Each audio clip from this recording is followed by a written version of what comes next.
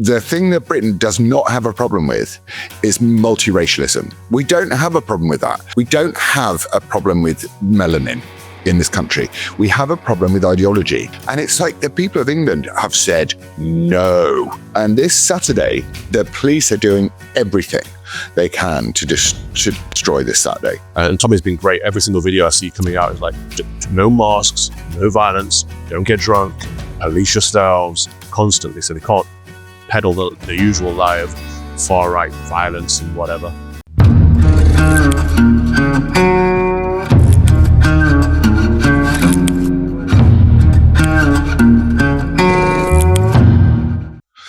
Welcome to another episode of Fox and Father with me, the Fox, and him, Father.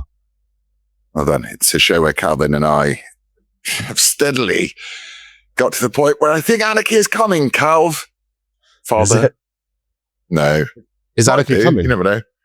Well, something's coming. Do you see Nepal today? I have. It's on fire. They banned social media so that they went and tore down the... Yeah. Oh my goodness. They didn't go for the Online Safety Act. They didn't go for the Online Safety Act. They just went for banning it totally. It is amazing, though, before we get into it, just because that is a thought, and it's happening in France, it's happening all over the world. I would not like to be in government at the moment. No. Because, you know, your fantasies of, you know, guillotines and, you know, trials and round tables and hang drawing and quartering seem to be coming ever closer every day. Oh dear. How are you? I saw Nadine Dorries tweeting about the online safety bill. Apologies if you can hear the coffee machine, which I thought was ironic. She was like, we just wanted to protect children. We didn't know it would be used against free speech. And I'm banging my head against the wall. I think we literally warned you. I personally warned her. I know lots of other people warned her that the online safety bill would be used to curb free speech. So to plead in ignorance is not an acceptable excuse at this point, I'm afraid. I do like Nadine Dorries for a lot of reasons, but I dislike the online safety bill that she pushed through. And I think she was probably manipulated, and she should have listened to true conservatives about that. But in answer to your question, I'm good, thank you. Where are you? You're in a different location? I try to be in a different state every time I talk to you, just for legal reasons. I am currently in Austin, Texas. And last time we spoke, I was in Washington, D.C. I was at the NATCON conference, which was fantastic. Genuinely the best conference I've been to in a long time. It's what I hope Farage could become. Farage didn't turn up. I think someone said something about the private jet that he was being loaned was late or something. He did make it to D.C. because he was at Congress for that trial the next day, but he didn't come to speak at NATCON. And it's one of those events where speakers aren't paid. People turn up because they believe in what's being said and done. And when you have events like that, you kind of find out who genuinely believes and who cares, and those that see it as a secondary priority because they're not being paid. But everyone else was great. It was, you know, I saw a load of Brits there, some of our old friends, and they were saying things like, I can't believe they just said that. Like, this is America. People say what they believe. It's fantastic. I did my little panel on, I told you what I was going to say on the on sovereignty and the English Bill of Rights and the US Bill of Rights. And Sebastian Gorka came and gave a keynote speech. I had dinner with him. He's a great guy. It was just very encouraging. So what, you know, when I went to ARC, I thought it was moist, it was wet, it was just liberals pretending to be conservatives, or liberals thinking they're conservatives, and it was just disappointing. But NATCON is what I want it to be. My favorite thing about ARC was Peter Boghossian walking around going, he's just going around with a microphone asking people, what is an Alliance for Responsible Citizenship? Indeed. Well, I'll tell you what it is. It's another form of containment. It's backed by, of course, Sir Paul Marshall, the same chap that backs GB News, the same chap that backs Unheard, the same chap that backs Spectator, the same chap that tried to back The Telegraph, that is trying to control the centre-right of British politics. And all of these outlets are, you know, they're not really businesses. GB News makes massive losses in tens of millions of pounds, and they've just invested in America. GB News America was out here at NatCon. They had a big event, and you can see it's all about power and influence. So they're investing money in America, and as a result, they got endorsements from American politicians who turned up to the GB News party, and therefore, because it was a GB News party, they were able to back reform because Nigel Farage wears both hats. It's all very manipulative and Machiavellian what's going on. Sir Paul Marshall is trying to become a behind-the-scenes unofficial king of England. And he wants to put his puppet Farage into power. He's the Duke of Norfolk. Well, this is why there have been millions of them. Ben Habib don't get on Talk TV or GB News anymore or anything like that, because we have these Machiavellian billionaires playing God with our country and manipulating the masses. That's why I love my friend Jeffrey, because what he wants to do is influence things rather than, to do. Oh, don't even want to get into reform. Can we talk, but yes, but anyway, I couldn't agree with you more. It's like the point is people with money either try and use that money for good to, and there are very few people with huge amounts of money. And you get the feeling that Elon Musk is someone who he's naive in certain ways, but he's a strict libertarian, and he's trying to use the influence and the money and the power he has to bring libertarian values to the world. He happens to align most closely with Trump on that front. But it's so rare that you don't meet a billionaire who wants to buy power. And, well, you have to look at where they got their money from. So Elon Musk is from the web scene. He made his money. Sir Paul Marshall was given $50 million by George Soros to start his business. You have to kind of ask the question, why would George Soros give you $50 million to start a business? Where is that money going? And what does George Soros want out of it? And what's your plan? What are you trying to achieve? Is it that George Soros had already captured the left of politics, and now through Sir Paul Marshall is trying to capture the right in the UK? Or is it just more simple that they want to affect legislation and therefore regulation so that they can make more money? Is it just as simple as that? Who knows? It's to kill conservatism stone cold dead. That's the mission, because there cannot be, in a progressive world, especially in a world that is desperately sliding towards a sort of global Islamo-communism or whatever it is that it's sliding into. It cannot be possible to exist in a world with actual genuine conservatives of which, you remind me quite frequently that I'm actually not a genuine conservative. I'm more of a sort of right-leaning liberal, but I'm not as Marshall's I don't hold personal animus to anybody, even people who unfairly used you and I to try and pretend that they wanted to make an actual free speech channel and then dispense with us and replace us with other people. I don't really hold any animus towards him, but I think that he does the cause, and the people that think like him, the soppy liberals who are looking for an alliance for responsible citizenship, are the enemies of what needs to happen. And I maintain my sense of deep encouragement that I was talking to you about last week. Actually, I do. But I've got another. What? Sorry. Yeah, how are you? Me? Yeah, I'm all right. The thing about my life is that it's kind of fake in a way, because I spend a lot of time dealing with lawyers. Like a lot of what I do is dealing with lawyers every day. And some bastards are always after me. So you have to reorganize your entire life to the point where you own nothing. So no one can take anything from you, which is not a nice feeling. So you just own nothing. You have nothing.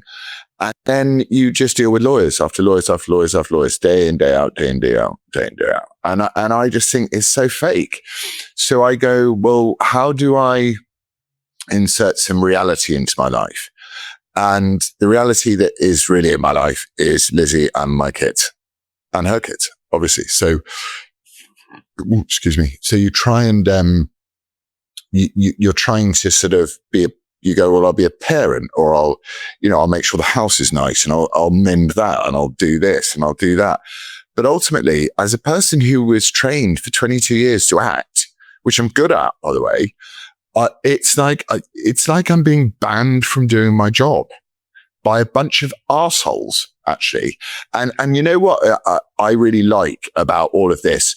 tearing down their communist flags. And, without wishing to drop Lizzie in it, and she'll probably give me a lecture if I get it wrong. But I listened to her on the phone to her school yesterday about PSHE. Because the PSHE, the kids coming home talking about what the evil, satanic evil that they're taught in this personal social health education class, right? And you know this better than anyone, but it then goes into religious education as well. And I caught the last bit of the conversation as I was walking in the room, and Lizzie was like, "Don't tell me that. If I went to Afghanistan and I was a lesbian, I'd be thrown off the top of a building before you could say Allah the Almighty." And she's right. But and then this guy, Chris, who trains me, because I'm training, so I've got to stay like active and sane. He said something really wise. He went, we are ruled by stupid people who think they're clever. He said, you can't look at these people like that, like they believe what they think. They're just stupid. They believe what they've been told. So they just carry on repeating the boring mantra of multiculturalism is perfect and, refugees are welcome here. It's not that they're ideologically captured. It's just that they're thick and lazy and they believe what they were taught at school. And this is the problem with the eternal indoctrination of our children, which drives me mad. Because, I've called in lesson plans from my own son's school. And thankfully, I have a part to play in my son's life at the cost of millions just to see my children in a British family court system where you can't do this, you can't do that, you can't do that. It's like, what's the point in being a father when the family court system is the father in these situations? I can't wait for the whole thing to be torn apart. And it cannot hold anymore.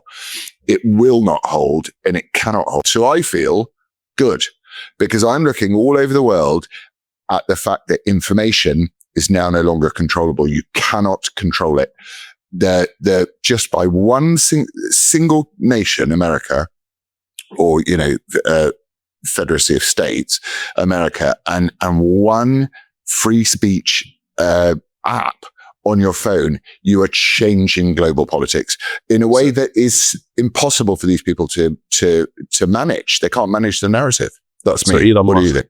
Isn't Christian. He isn't conservative, but where he does align with us is on liberties. And his purchasing of Twitter into X saved the West. Literally, that one moment was a butterfly moment, and we should thank him for that forever. Of course, this country is the only one protecting those liberties as well. And people in America continue to say things like, what is going on in Europe? What's going on in Britain? Why are they clamping down on free speech? And I keep seeing these little videos coming out of, there's always the flipping middle class going around removing flags. Oh, take these flags down because they're racist. In what way is the flag of the country that you are born and bred in and live in racist? Like this, I wish you were here. We have middle class English people taking down the flags. It's always the working class heroes putting them up, and it's the middle class liberal white wets taking them down. How can they have so much self-hatred? I wish you were here. They're everywhere, literally everywhere. You can't go anywhere without the flags. We have sat there, but it's like anything that stews on a pot and a kettle gets ready to. It's like, enough Ukraine flags, enough Palestine flags, yes. Enough screaming at Britain, enough teaching our children that they're sinning horribly just by the mere fact of the color of their skin and the accent that they speak and the flag that they were born under. Enough. Yeah. We've had enough. And people it's everywhere. So it's an uncontrollable movement. And if you were here, it would shock you. You would be genuinely taken aback. You would go, I drove yesterday to go and get some waterproof motorbike gear because we're back in those worlds of just, I can't deal with traffic, so I'm back on the motorbike. And the whole way, it was flag, flag, flag, to the point where some people have put them up nicely outside their houses and they spent a bit of money and put a flagpole up like I have. And other people had just got zip ties out and gone on Amazon and bought like 20 flags, and they've zip tied them to every single lamppost.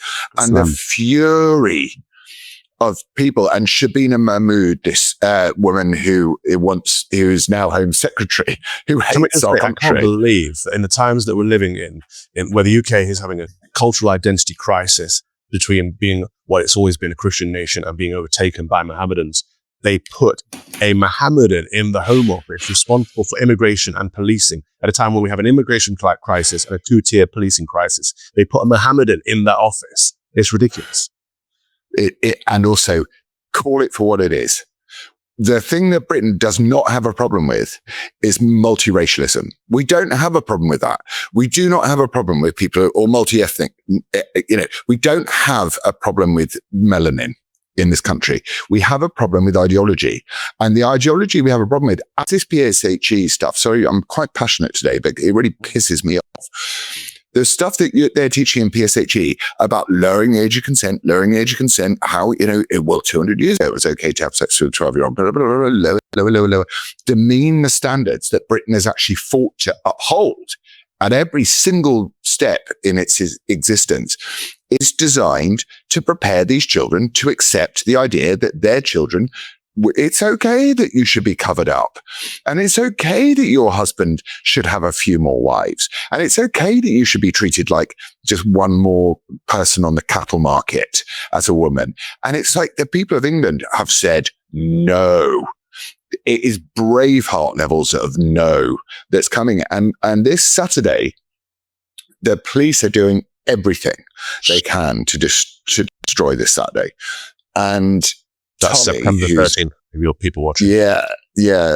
So that hopefully this goes out before. I'll have to check with the guys, but they're doing everything they can to destroy it. Everything they can. And Tommy is a clever guy. I can imagine the guy was in prison about a few weeks ago, and he's like, "No, I'm busy. I've got a mission," and he's been like this for years. He's trying to cover up all of these problems whilst being generous to everybody. It's trying to organize a thing for 1 million people. And I'm giving a speech, and he's like, "Can we keep speeches down to 5 minutes?" And I'm like, "I don't need 5 minutes to say what I want to say. I need less than 60 seconds to say what I want to say about that." So I imagine they will probably, because I'm going to rouse. I'm going for rousing, and you only need 60 seconds. I'm going to say what I feel about what I have observed about a concerted operation has taken place probably since the end of World War II. Because, we happened to fight and everyone's really upset with Churchill for fighting, but specifically since 1997 to make us hate ourselves. And every person who's got off their arse and gone and put a flag up has said, "I will not hate myself. I'm done hating myself. I'm done being told that where I come from, the country of my birth, that my forebears fought for is in some way shameful." It's like, absolutely not. So, obviously there has to be a political solution to it, because otherwise you are a sort of communist, sort of fascist movement where you just take over by power. There has to be a political way, but this Saturday, the 13th, will be the beginning of the government realizing that they're not safe. And when I say safe, I don't mean they're going to get attacked and killed. I mean, they're not safe in their positions. They're not secure, yeah. Things will change rapidly. And I absolutely believe that Britain is going to be transformed, because you cannot have this very, very uncomfortable status quo take place. Anyway, I'm rambling. Tell me what you want to talk about, which is more, less like... Good. I hope the march goes well. This will probably air the day after the march, so we'll know by then how successful it was. I hope 1 million people turn up, and I hope that government takes notice. They'll probably just deny it, and the mainstream media will probably play it down to like 10,000, and we'll see the usual lies. But I hope the people are rejuvenated by it. I hope people find energy in it and encourage each other. It's a force for good. And Tommy's been great. Every single video I see coming out is like, no masks, no violence, don't get drunk, police yourselves constantly. So they can't peddle the usual lie of far-right violence and whatever. I hope that goes well. Last week was the March for Life in the UK, which I've always attended. I was sad to miss that, just as I'll be sad to miss the 13th. But it's too far. It's too expensive to fly back just for events, for those people who are asking. But the March for Life went well. Even more people this year than last year. So I'm very pleased to see that. And lots of mainstream people. I know the head of the FSSP and the the Institute of Christ the King were there. I know some of my normie priest friends from the Church of England were there because I received messages. So people that normally keep their heads down, normally play it quiet and say, yeah, I agree with you, of course, but don't turn up. They were turning up. So this is great. Things are changing. The Overton window has been shifted, that people can publicly speak up for life. It should be a basic given, but it's great that we're getting there now. I know Isabel imagine when that changes. Because we were raised, so we were raised by these Planned Parenthood eugenicists fuckers. Sorry to be rude, but it makes the mass murder of children is upsetting. Yeah. We were raised to feel it was normal. Yeah. And it was a major psyop to go, yeah, we some babies just, we don't need them. We don't need them. And schools, and I remember being taught in school, and it's like, imagine when that bubble bursts and people turn around and go, you are baby murdering bastards. And there's no excuse for this anymore. Well, it's the number one issue. We think immigration is an issue. Immigration is only an issue because we're killing off ourselves. We don't have a replacement birth rate. We're down to 1.2 in most parts of the UK. Why though? Why are we killing off ourselves? That's the question I want to answer to. Well, that's part of the evil decline of the West, where we've been told that contraception is okay, divorce for no reason is okay, that men can become women, women can become men, we're interchangeable. All of these lies have been piled on top of each other. And so abortion has been approved of as well. And it's convenient to kill ourselves off because truly on a base level, men want to have sex without consequences. And we've encouraged women to do the same. Whereas women used to be the gatekeepers. It's as simple as that, really. They used to be the gatekeepers. And so if a man and a woman had sex, the natural consequence of that was usually that they were blessed by God with children, which is why we usually said, wait until you're married. A good and moral thing comes from the Bible for that reason. And we did away with that. And so we introduced contraception so you can have sex without consequence. And then people just took on board that actually it's a thing about pleasure, and you can embrace the sin of it without the marriage, without the babies. And then so contraception was normalized, and so was abortion, because it's just seen as another form of contraception. And people will get angry watching this. They'll be like, no, well, what about rape and incest? As they always do, which account for less than 1% of all abortions. People aren't having an abortion because they've been raped. People aren't having an abortion because of incest. People are having an abortion because it's convenient and they don't want a baby in their life at this given time. And they think they can kill that baby, and they have a right to, because they've been told it's their body, their choice. It's not their body, not their choice. No one has the choice to kill an unborn baby, and there's vulnerable people in society. It's wicked, it's wrong, and everyone that's done it needs to repent of it. Otherwise, they will go to hell. It's as simple as that, really. But there is always opportunities to repent. I'm with you all the way up to contraception. Now, I don't believe in contraception in terms of, like applying yourself with chemicals to stop your ovaries working, only because in the same way as I wouldn't take a pill to stop my sperms working or whatever, I just think that's interfering way too much with something that's natural. But given... That's more your disgusting big pharma than it is in breaking down. The problem with but hang on. Wait, just let me finish. Right. Forgive my lewdness in this, but there's an old saying called pull out and pray, right? And we all know what that means. That if you want to avoid making someone pregnant, you can, there are sort of pretty natural methods that one can do to avoid that. But I don't really have a problem, much as I would never a big fan of these things, with things like condoms. I don't have a major problem with that. It's like, if my son was going out and, well, I don't know about you, but I was a complete horn dog when I was, from the minute puberty kind of kicked off, I was a complete horn dog and I couldn't control myself. Well, I probably could, but I didn't. And it's probably a good thing that I wasn't a dad at 16, I would say. And the way of stopping being a dad at 16 was to use a condom. So I think some forms of contraception are kind of, you'd have to have a really good...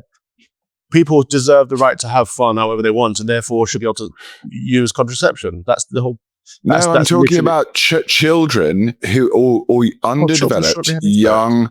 Yeah, but we're talking. Let me explain why contraception is wicked and wrong.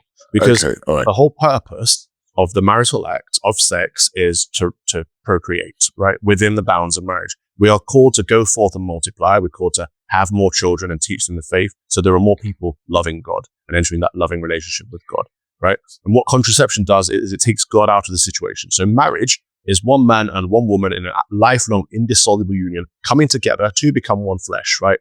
And when they come together, it's not just the man and the woman. As we talked about in marriage, they're inviting God into that relationship. And so there's three people in marriage. There's the husband, the wife, and God. And so God sometimes blesses the husband and wife with a child through that. But when you introduce contraception, what you're doing is you're cutting off God. You're saying, I don't want God in this relationship. It's just about the husband and the wife, or even not even the husband and wife, just the man and the woman. And it's just about their carnal desires. It's just purely about sin. And so contraception says, F off to God. I want the desire. I want the lust. I want the sin. It's an embrace. Contraception is an embracing of sin and sticking the middle finger up to God. That's why it's evil. That's why it's wrong. Okay. And yes, it can avoid young pregnancies, but so can teaching young people that they need to be married before they have sex. Okay, but then in Leviticus, it talks about homosexuality, right? In such strong terms that you should then, I was listening to this thing the other day, and there was this weird American preacher rejoicing at the massacre at the Pulse nightclub, which was the biggest, sort of terrorist act other than 9/11, I think, on American soil for a very long time. Where like 49, 50 people were murdered just for being gay. Yeah. So, and this guy was going, well, the Bible justifies that because homosexuality is evil and it's wrong. And, therefore therefore it's good that they're dead. And he's like, I don't rejoice in the fact that they were murdered, but I rejoice in the fact that, and I'm like, what? This is when I kind of need to be, I need to understand, I get the position. I understand the position, which is that, marriage is for the creation of children, and that your relationship is between you and God and your wife, or God and you and your wife. And I get that. I understand that. But I can't justify the fact that is contraception pulling out and praying? Is that contraception too? Is it? Yeah. Right. Okay. Well, you're going to be a dad a lot of times. It's just very simple. It's not Father Calvin Robinson, father to 12 children. That's what it's going to be.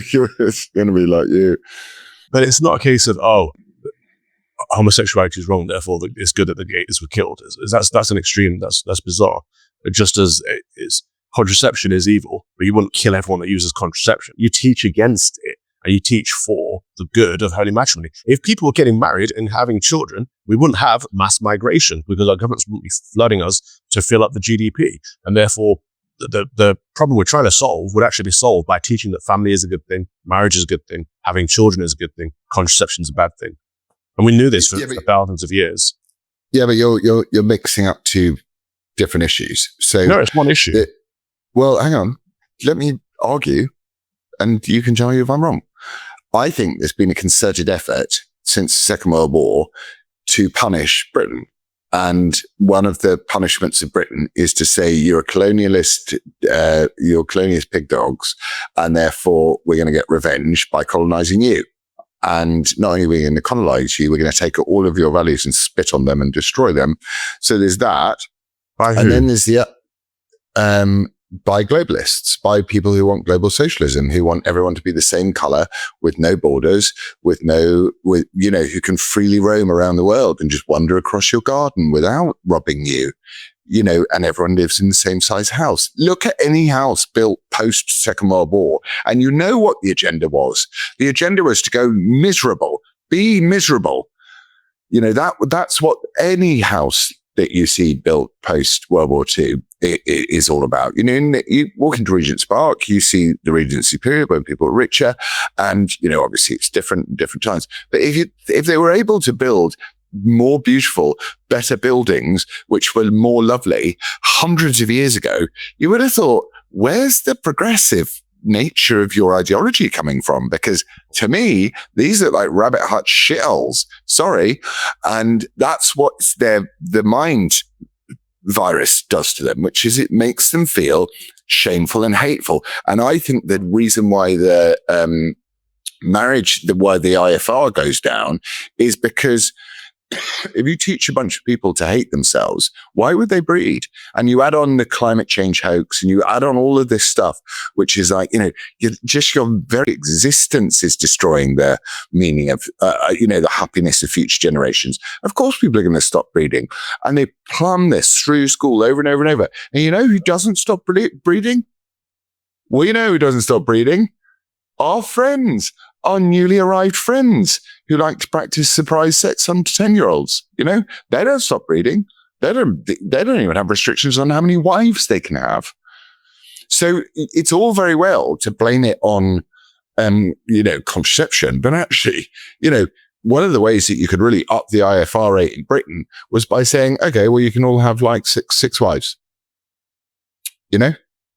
Why not? Why not update? Why not go through another reformation and go into, it's urgent to save Christianity that we now have 6 wives, but you couldn't do it because it's so liturgically wrong.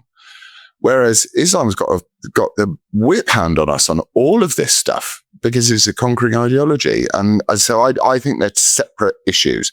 I think one is a secular issue whereby people like Keir Starmer and Fabians and these vile nation-hating people undermine us from one hand, and the other is the removal of hope. So, and the removal of hope via turning around and saying, you're a cancer on the planet to young people, which is why it's so important for parents to get very involved in the education of their children, because they're teaching your kids at school the most appalling stuff. You wouldn't believe it. It's that bad. Ask for your PSHE lesson plans. Ask for them. And the school will say, no, we can't. GDPR. It's an external provider. We can't tell you what we're teaching your child in this nominally named class PSHE. We can't do it. And you're like, well, I want to know. So it's 2 things. It's not 1 to me. To you, it's 1. To me, it's 2. Does that make sense? No?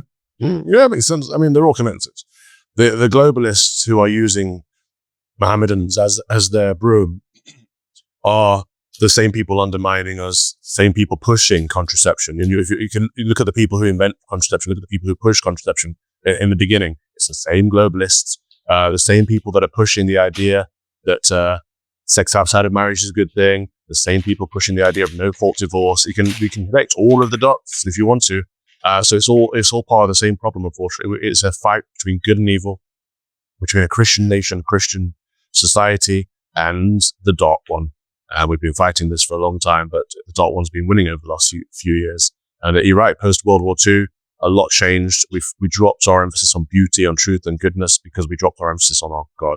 And we left him, we forgot about him. And so it became what's quick and easy, what's convenient. Everything comes down to the sin of convenience, whether it's contraception or building cheap houses. It's always the same sin. So they're all very much connected. And the only way to save any of it is to return to Christ. The only way to save the country, to save the West, is to return to Christ, which is why America's thriving and Britain isn't yet, but Britain still has a chance if it returns to Christ. And seeing so many people come out for the March for Life just shows there is a chance if people want to embrace the truth, beauty, and return to goodness. Yeah, I totally agree with you. I agree with you on all of it. I just struggle with, like, how do you draw people in? Like, how do you draw people back to looking at the world instead of looking at the world through a very distorted narrative, government media colluded narrative driven prism? How do you draw people back towards something? And I don't think absolutism is actually helpful, but maybe it is. I could be wrong. Yeah, it is. So because we've had so much lukewarmness. We've had so much, actually, this is a good idea, but let's not go that far. Or, yeah, I see what you're saying up until that point, but not all the way. Like, we just got to be truthful. We just got to stick to the truth. On the last night of NATCON, there was a debate on Obergefell. So the federal law that came into play that enabled same-sex marriage in the United States and how to reverse that. And we had a perspective from someone who, Katie Faust, who protects children, them before us, fantastic woman. We had Jeff Schaefer gave an academic perspective. We had a chap giving a legal perspective. And then we had an Orthodox Jewish rabbi giving a moral perspective. Surprisingly to many, that he was arguing on the same side of all of us that same-sex marriage is not a thing and cannot be a thing, and states need to fight back. And for so long, people, conservatives, so-called conservatives, have been saying things like, "Well, yeah, just let them have their marriage," and like it's the slippery slope. I mean, it goes from bake me a cake to I'm going to dress up as a woman and read to your children to shooting your children. These things, this evil is all connected. We can't let any of it in. And that's not to say we have to be hostile towards people who struggle with same-sex attraction. It's that we have to help them, pray for them, and lead them back to the church, as we lead everyone back to the church, away from this idea that they can bend reality around their conversion. Same with trans people. You lose me there. Because, I know I do, but this is the problem. Because you're halfway, you've got 1 foot in. You've got to jump all the way. I am absolutely 100% against gay marriage. I think it's an abomination.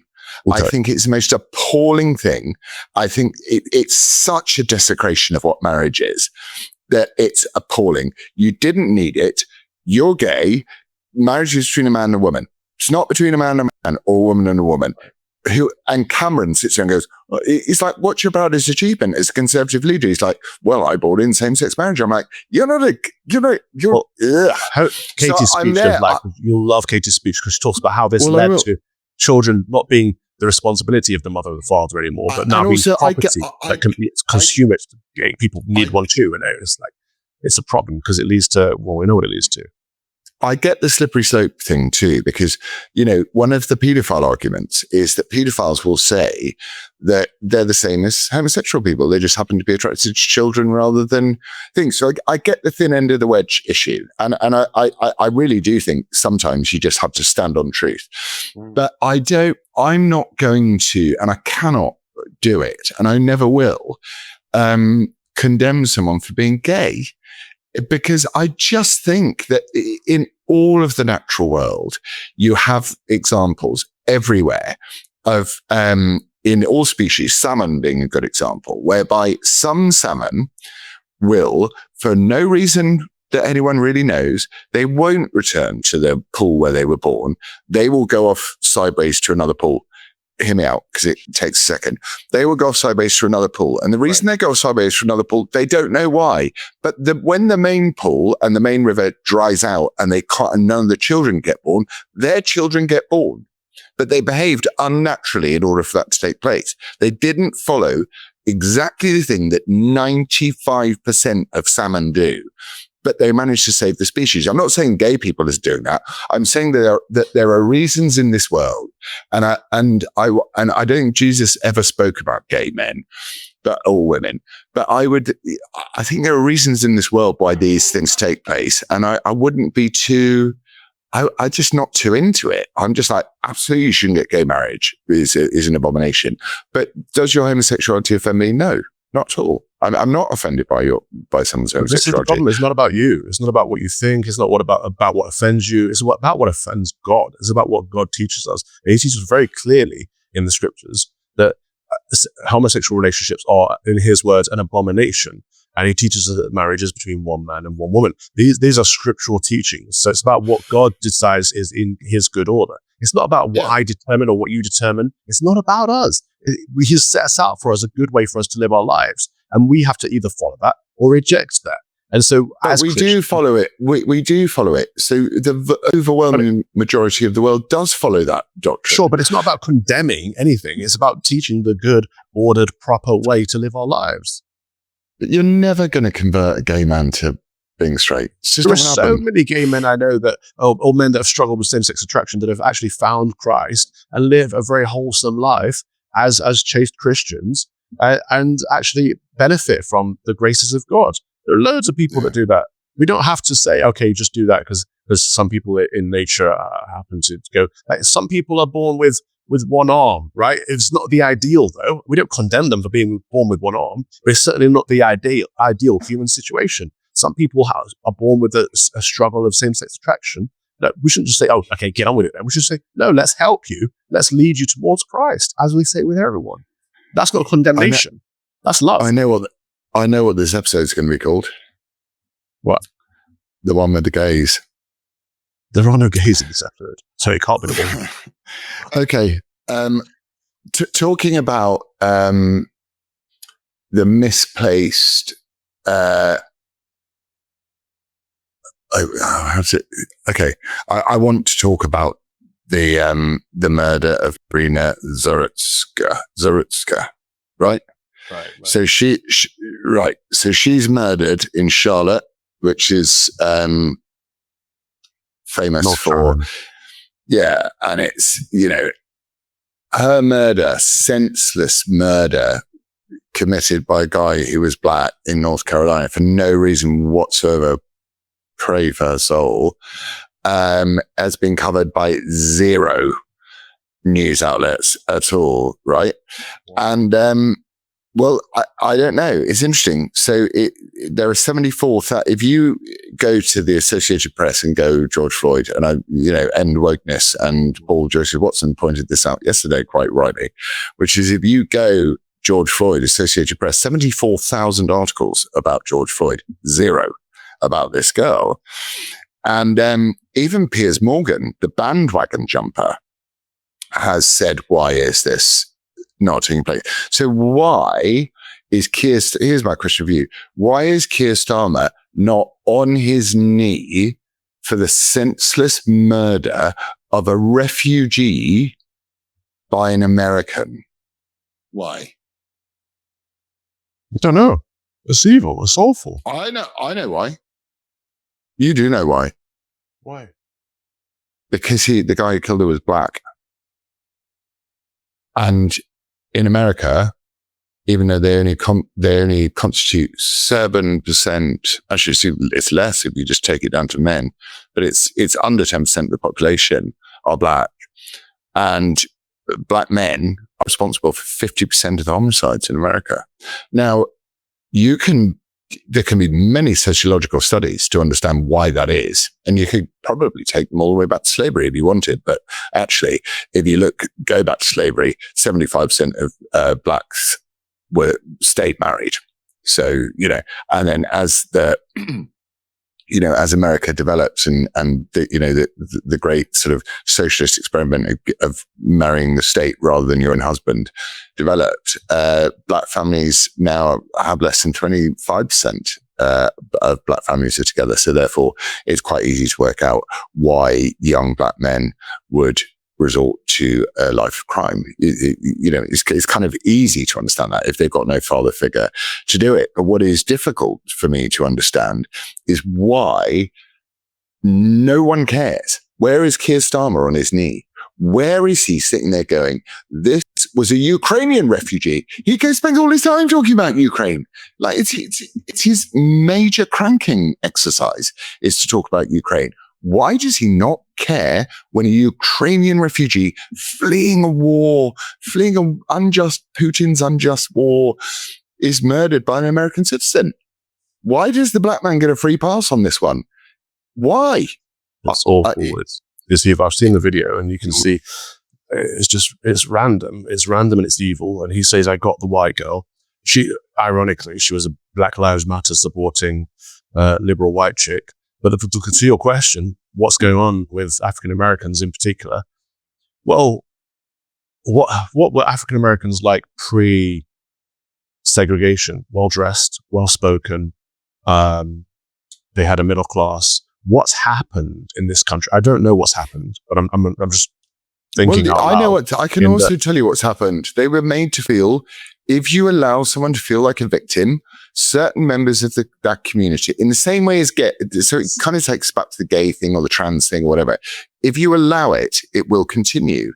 So if you turn around to a black man and you raise him in the knowledge that he is being oppressed by white people, white people have destroyed his prospects in life, and white people are bad. Not Zia Yusuf, the other Mohammedan, what's his name? The one who's like, Minister of Justice, white, that guy in Scotland, who just see everything through the incredibly stupid vision of skin color, of course there is going to be a certain number of people that think it's fashionable and okay to murder white people.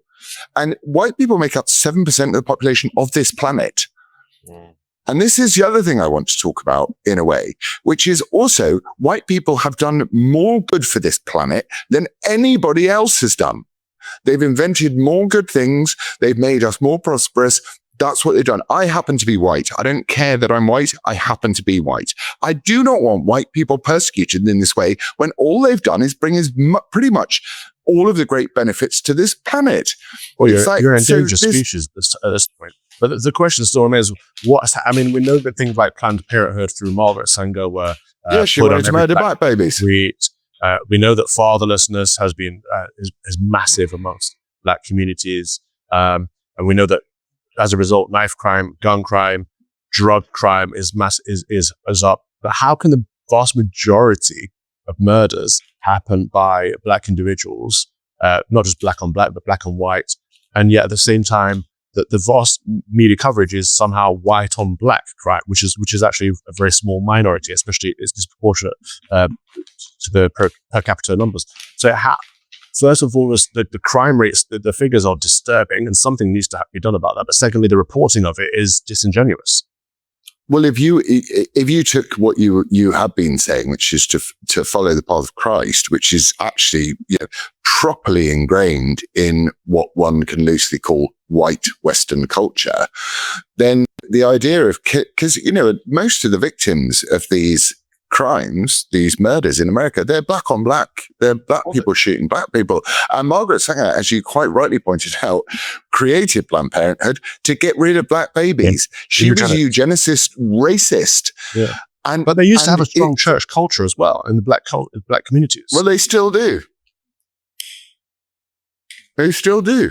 And the overwhelming majority of black people are law-abiding, wonderful, constituting wonderful still they're disproportionately represented amongst violent crimes, and so something needs to. Jesse Lee Peterson asked me, "What is the problem with the blacks?" And first caught off guard. I don't know. What is the problem with the blacks? Like, what's going on there? Well, I don't know deep down, because deep down you'd have to look at so many things. The Great Society, you'd have to go all the way back. But one of the things you do know is that if you encourage a bullshit lying fad like transgenderism or gay marriage or something like that, what you'll do is you'll get a lot more people doing it. And this is, so if you tell a black man, in the same way as you tell a child, you can be whichever gender you want to be.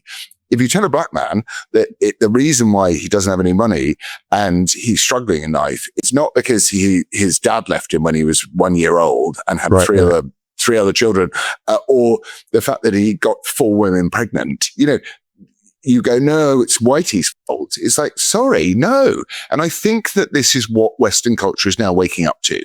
It is saying the things that, centuries of hardened thinking and blood sacrifice have relied on the fact that we have built our culture to absolutely abhor the sort of errant father vibe. Because it happens in the white community as well as any community. It's not particular to the black community, but the society around which, you and I are talking about trying to return to abhors that behavior. And I think, as we've always said, it's a spiritual thing. We battle against principalities. I think there's a lack of homogeneity. So we've said it before, like a culture can have a minority, but the minority cannot become a majority. The minority cannot become a critical mass. So I think America is obviously an Anglo country because we're Anglo settlers, but it has the history of the slave trade, unfortunately. And so it is going to have a large minority of African Americans. But the word African American is problematic in itself because that's clearly a different tier, a different degree of American. Surely they need to find a way to integrate and make sure that everyone is American or feels American. Otherwise, there'll always be that us and them attitude that goes on here. In my short time, so as we recorded yesterday, it was my 1 year anniversary of moving to America. But in my short time of being in America, what I've witnessed is that most Americans look at African Americans the same way we Brits look at Americans. And so it's not. So typical Englishman doesn't hate an American, right? But we see them as like, our cousins or whatever, but we accept that they don't have the same cultural standards that we have. They don't have the same etiquette we have. So it's not that they're trying to be rude. When you see an American, you know it's an American when you see a tourist that's American, right? So it's the way they speak, louder than everyone else. It's the way they dress, louder than everyone else. They're a bit more obnoxious in public. Again, they're not rude. It's just their culture is different. And so whether it's things like queuing up or just really small things that when you put all these small things together, it makes a culture. So when we look at Americans, we see them as a bit more brash, a bit more uncouth, right? And that's the same way that Americans look at African Americans. It's like they're on their phone with speakerphone. They're not trying to be rude in public. They're just enjoying a video on their phone. But it's just like, it's a lack of social etiquette. You and I could be in the Wolseley without knowing the table next to us. We can know if they're American by the way they use their knife and fork, right? All these small things. And so there's a disconnect. So when we went over to North America to settle, we left the settlers in America left behind a lot of the old English etiquette because they were running away from establishment. It was a freedom-loving, libertarian kind of atmosphere. And so I understand where the disconnect is there in a lot of the language, a lot of the attitudes, but it's similar with the African Americans. Like there's kind of a disestablishmentarian mentality along with the victimhood mentality that means they don't embrace a lot of American culture. So they're seen as other because they act other with it. Yeah. Any example I use is going to people, I say wearing their pants halfway down the bum. People go, oh, you just point out, but you can't, it's not tangible. It's lots of little things. Yeah, that's right. It is. And we now get to use one of the longest words in the English language, anti-disestablishmentarianism, which is hilarious. But I have an objection, I think you might share it, to this notion of the word African American in the same way as I have an objection to the words British Pakistani. Mm. It's like, no, you're one or the other. Yeah. It's really simple. Otherwise, I could go to ancestry.com and find out that, I'm 30% Sven from Norway or whatever. And I go, I'm British Norwegian. And it's like the thing about white people, which is maybe a problem, is that we don't identify with being white at all. We only recently have we started to go, hang on a minute, you're racially abusing us relentlessly for the color of our skin. So we now have to identify what it is that you're attacking. So you're attacking whiteness. And, it's here all over university literature and all this sort of stuff. And whiteness seems to me good manners and, upholding of fairly solid social norms that no black person would ever disagree with. So what you're doing is not what you're doing, but what's happening is the very essence of wokeness, which is intersectional, is to go, well, you're defined by the fact that you're black. And it's like, no, I don't give a shit whether you're black. Yeah. I'm married to a mixed race woman. It never crosses my mind what color her skin is or what her ethnicity is. If anything, I find it fascinating. I find it really interesting. It made it an issue. The enemy has made it an issue. You're absolutely right. Yeah. It is identitarian politics, that word politics. And so whiteness now means like you say, good manners or timekeeping or, things that we consider good in society. They've associated it with whiteness and now labeled it bad because everything good is bad. But whiteness used to just be the lack of melanin. And it used to be a characteristic that we took for granted that an Englishman is going to be white. So a Scotsman is going to be white. A Welshman is going to be white. And now, white people haven't had to identify as white because they've just been English, Scotch, Welsh, Irish, whatever. But now whiteness has been under attack for the last couple of decades. White people are starting to have to identify as white, and that's causing even more division. And then we've got I won't bring up the same people we brought up last time, but the people who are making it their core identity now that they're white, and that's bad because it never has been, and it's never needed to be. And so we need to push all of that back and make skin color irrelevant. But at the same time, we do need to address these cultural problems of, like we just talked about, why are African Americans disproportionately violent and criminals? Why are Pakistani Mohammedans disproportionately child sex offenders? Like, these things need to be addressed, but it's not necessarily down to the skin color; it's the culture.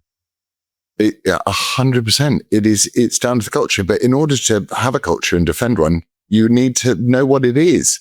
So in a funny way, we've been forced. We're being forced to know what our culture is. And I'm actually, that's what I find most encouraging about all of this. As you say, it's a million tiny things, right? It's a million little things that make up a culture. And people have started to feel it. They know it in the UK now. And they know that a generational demographic shift like the United Kingdom and Europe is experiencing is suicide for their children. And they know deep down, and they don't necessarily know how to articulate it in the right way. And it is very hard unless you think about it all the time, but they know it's wrong. Yeah. And they know that the only way you can deal with identitarianism is with identitarianism, which is to turn around and go, okay, that's cool. You come here, you subscribe to our laws and our values, or you're not welcome here. Yeah. And that, I think, needs to be the next step in this country. And I would take it all the way out to face coverings and other religious practices. I would say I wouldn't ban people from practicing religion or no religion, but I would make, other than the national religion, which is our culture is more than 1,000 years based on the Christian faith. That is our national faith. You don't need to practice it. That's fine. But we will not have, if I was in charge of this country, I tell you, the first thing I would do would be ban face coverings, ban public prayer from other religions. I would ban it. Well, I would say no. So Vlad the Impaler famously said you only need to impale a few of them, the rest will deport themselves, right? So I don't think we need to go as far as that. But, if we banned, we've already banned non-stun slaughter. It's already legal. We've made religious exemptions for 2 religions in particular. If we remove those exemptions, I said, look, in our country, we don't do non-stun slaughter. We find it inhumane. There is no kosher in Britain. Thank you very much. A lot of them would deport themselves, and that would be a good thing. So we've got to think about ways to. This is what Trump's doing, right, with ICE, getting people to report themselves and deport themselves. This is what we've got to do. We've got to make Theresa May said, a hostile environment. Well, and religious Theresa freedom. May. Traditionally, religious freedom was freedom to worship the one true Christian God in any way, shape, or form, or not. And so we have freedom of denomination, particularly in America. It was freedom of denomination, not necessarily freedom to be a Mohammedan or a Satanist or whatever. That wasn't what was envisioned by the founding fathers, who were very wise men. It was literally just freedom of denomination. So there was no prescribed, and that's the separation of church and state. There's no prescribed, established federal church, whether the Episcopalians want to believe that or not. I think that's absolutely right. The Americans, actually, I would say, are probably more puritanical than we are, and their experiment is, the future of genuine progressivism, which I'm into. RFK talks about this a lot, about the fact that he says, you don't need to be a woke person to want to live in a nice habitat or environment. It's not the preserve of progressives to think that, we want to look after our environment. We don't just want someone to dump 5 barrels of oil in our local pond. It's a preserve of conservatism. Yeah. To do that. Oh, I like this conversation I'm having with you today. Right. I want to talk to you. Well, no, it's good because we're talking about, we're talking about things that I care passionately about, and we agree about, but we also slightly disagree about, which is always good. Right. Okay. Hang on a minute. Okay. Can we just cover a little bit of UK stuff? Uh-huh. Angela Rayner. Do you follow that one at all? She's gone. She's done. Good news is she's gone. Bad news is they got a Mohammedan put in her place. I found it very interesting about Angela Rayner that what she did was she cry-bullied it. Sorry, David Lammy's in her place. Oh my God. He's a buffoon. Sorry, I'm, obviously there is a movement as one identifies, whiteness, and, the argument is timeliness, good manners, and competence versus incompetence, rudeness. Lammy is a bona fide retard, as far as I'm concerned. I don't like ad hominems, but so I'm not doing this to attack him. I'm just saying this because it's true. He's just thick, right? He's just stupid. Yeah. He's been promoted way above his competency level. Well, so would Rayner. So we paid through our taxpayer money for these people, Lammy and Rayner. See, look, one of them's white, one of them's black. Doesn't make a difference about skin color. We paid for these people to grow up and rob us. We did. And Lammy is ridiculous. You've got Shabina Mahmood, who hates England. Like, she hates it. She calls anyone who likes our flag an EDL supporting racist. It's like, excuse me, sweetheart. Go and clean up Birmingham Yardley before you give us lectures on how we look after our cities. Because last time I checked, when I was a child growing up in this country, it wasn't a shithole. It is now a shithole. Yeah. And you know what that's down to? You guys. Sorry, it is. It's this, as you say, it's this tiny thing about loads of little things that we came to accept. We knocked down if you read George Orwell's The Road to Wigan Pier, which I recommend everybody read. It's an absolutely stunningly brilliant book about the way poor people in England used to live and how they lived. And it's shocking. We moved beyond that. We learned that was no person should live like that. And we are being dragged back in the name of tolerant diversity into accepting people living like that again in the name of diversity. It's like, read George Orwell. He was left wing. He was a socialist. Read it. Sorry, I'm really ranty today. So you like it. You love it when I have a bit of a rant. Right. Okay. What else do we need to talk about? ICE ruling. That's quite good. Faith angle. ICE ruling. US Supreme Court overturns restrictions allowing broad ICE raids in LA. Okay, so it's a sanctuary city. You're not. I was listening to something the other day about Grand Rapids. Grand Rapids is quite right wing. It's conservative. It's purple. So Grand Rapids is an interesting place because it is a city. So you can have loads of liberals there in the center, but it's also quite country in the suburbs. So you've got loads of sound people as well. The liberals were saying, make us a sanctuary city, and the conservatives said, no, thank you. So there's a bit of pushback there.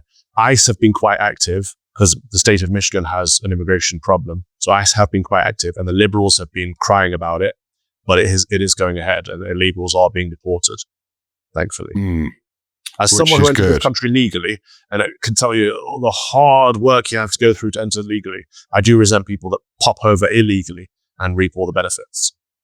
I agree with you. Well, I don't know whether, I think I said it last week, but I don't know whether, I think sometimes totemic ideas and totemic visions are as valuable as practical ones.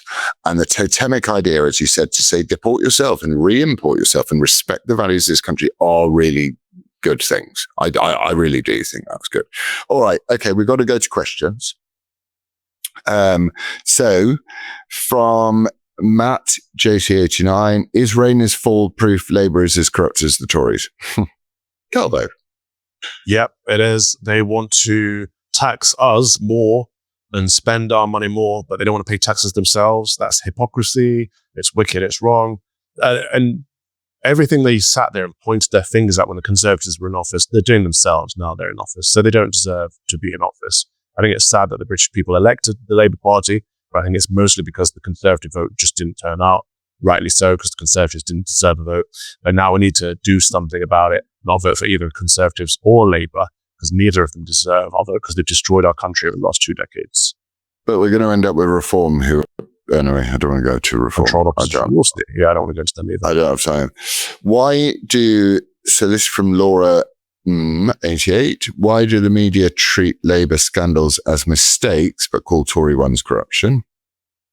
Yeah, it's because they agree more with Labour. They tend to be more left-leaning, and so they give them the benefit of the doubt. Where they attack the Conservatives, they support Labour. We can see it with what's that rough-sounding one on Sky News? Beth Rigby, when she's saying, was it Beth who was saying Angie's gone? Like, it's not Angie, it's Angela Rayner, for goodness sake. Well, I don't know. They called Boris Johnson Boris or Bojo. I didn't get that. That didn't annoy me so much. But my dad did always explain to me when I was a kid about socialism and communism and why it was shite. was because he said the means justify the ends. So to a socialist and to an elitist communist like Starmer of government, it doesn't matter if you rip off the tax man. You're trying to do the best for everyone. It just turns out that you end up richer than everyone else does with 3 houses. And that's where I find their ideology so galling, because it pricks at the hypocrisy of the fallen human condition, which socialists and progressives don't understand. Has Labour lost its moral authority forever? Mark Northwest 77 wants to know. Yes, it's never had any. That's Adamy, yeah. Okay, so this is a good question. Why do we've kind of answered it, so you can move on. James Kent, London, says, why do some tragedies become global and others vanish in terms of the Irina Zarutska murder? Yeah, it depends who's pushing the agenda, doesn't it? I went on a pilgrimage last week. So when I got back from DC, before coming out here to Texas, I went on a pilgrimage into the north of Michigan. We went to a place called Cross in the Woods, fantastic little shrine. And we went up to where Father Marquette, Jesuit priest, founded missionaries before the colonies were properly established and converted the Indians, the American Indians. And where was I going with that? What was the question again? Sorry. Global. Why does some go global? Yeah, why do some tragedies become global and others vanish? So while I was on this pilgrimage, I met with an African priest from Nigeria. And so I was asking him, because I've had Nigerians on my Common Sense Crusade, and I haven't seen any of them on mainstream media talking about what's going on. So Boko Haram, Islamist extremists, are out there killing Christians. And I happen to have had a Nigerian Uber driver on the way to the airport to Texas as well, who affirmed the same thing that the priest was saying, in that he knows people, Christians who've lived next door to Mohammedans for decades. Their families are friends. They know each other. They get on. Boko Haram comes in and says, you will kill those Christians, otherwise your family will die. And they do it in the name of Allah. They kill their Christian neighbors. And so it's happening across the board. Christians are not just being persecuted, but properly oppressed and murdered in northern Nigeria. And it's not being covered anywhere. It's the same thing's happening in Syria, same thing happening in Artsakh. It's happening in lots of places around the world. Christianity is the most persecuted faith in the world. And the Western media, in so-called Christendom, isn't talking about it. Again, why? Because the narrative is upside down for them. They don't want to talk about Christians being killed by Mohammedans because they want to paint Mohammedans as good people and Christians as bad people. And it's the same thing with this Ukrainian girl who's killed by a black man. If a white person kills a black person, all over the headlines, let's have riots, let's have black squares on social media. Happens the other way around. What happened? Who? Where? It's disgusting, really.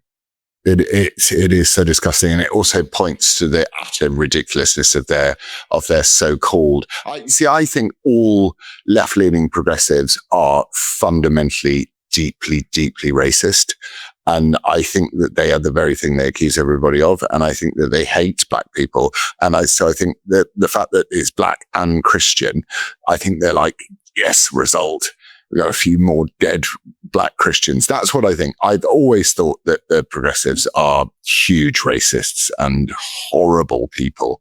I see good-hearted people who, are so ignorant of their surroundings and so brainwashed that they don't understand up from down. But I think your genuine progressive is pretty chuffed that a bunch of black people have been murdered in northern Nigeria and across Nigeria. Okay. I don't really want to talk about the Epstein letter. Sorry, US conservative mum. It's not going anywhere. Civil liberties vanishing in the name of security. Yes, Liberty Watch, they really are. Right. Okay. We need to get to. Oh, look, we're being very long. Fox and Father follows. Calvo. I'm going to give my Fox and Father follows to March for Life UK, and it's the number 4 because Isabel Vaughan Spruce is a fantastic lady. You can follow her too, which is Isabel V. Spruce. But she runs March for Life UK, and they had a great march this week, but she faced much demonic attack, which I won't go into because that's her story to share. But among the attacks were the Twitter account for March for Life, the official UK March for Life Twitter account, has been blocked. And so it's still up, you can still see it, but they can't post anything. It seems they've had a mass campaign by, the mass reported by these hostile lefties saying the header was offensive or something. It's just a picture of a baby in a womb, for goodness sake. So if people could help get March for Life, the number 4, Life UK, unbanned. I've tweeted Elon. Let's see if we can get that back to normal. It's the best cause, the most important cause. Good. My Foxfather follows, not that they ever need it, is Radio Genoa, who are, if you want information, they're a good place to go. They're not necessarily the only place you should go, but I would go to Radio Genoa. And I also think that he's quite quiet these days, but Paul Joseph Watson is worth a follow as well. And obviously Graham Linehan, who's at Glinner, who's been really screwed over this week. And for the rest of us, we head towards an important week actually in this country's history, which is when I think people are going to start going, we're pissed off. What's the political solution to this problem?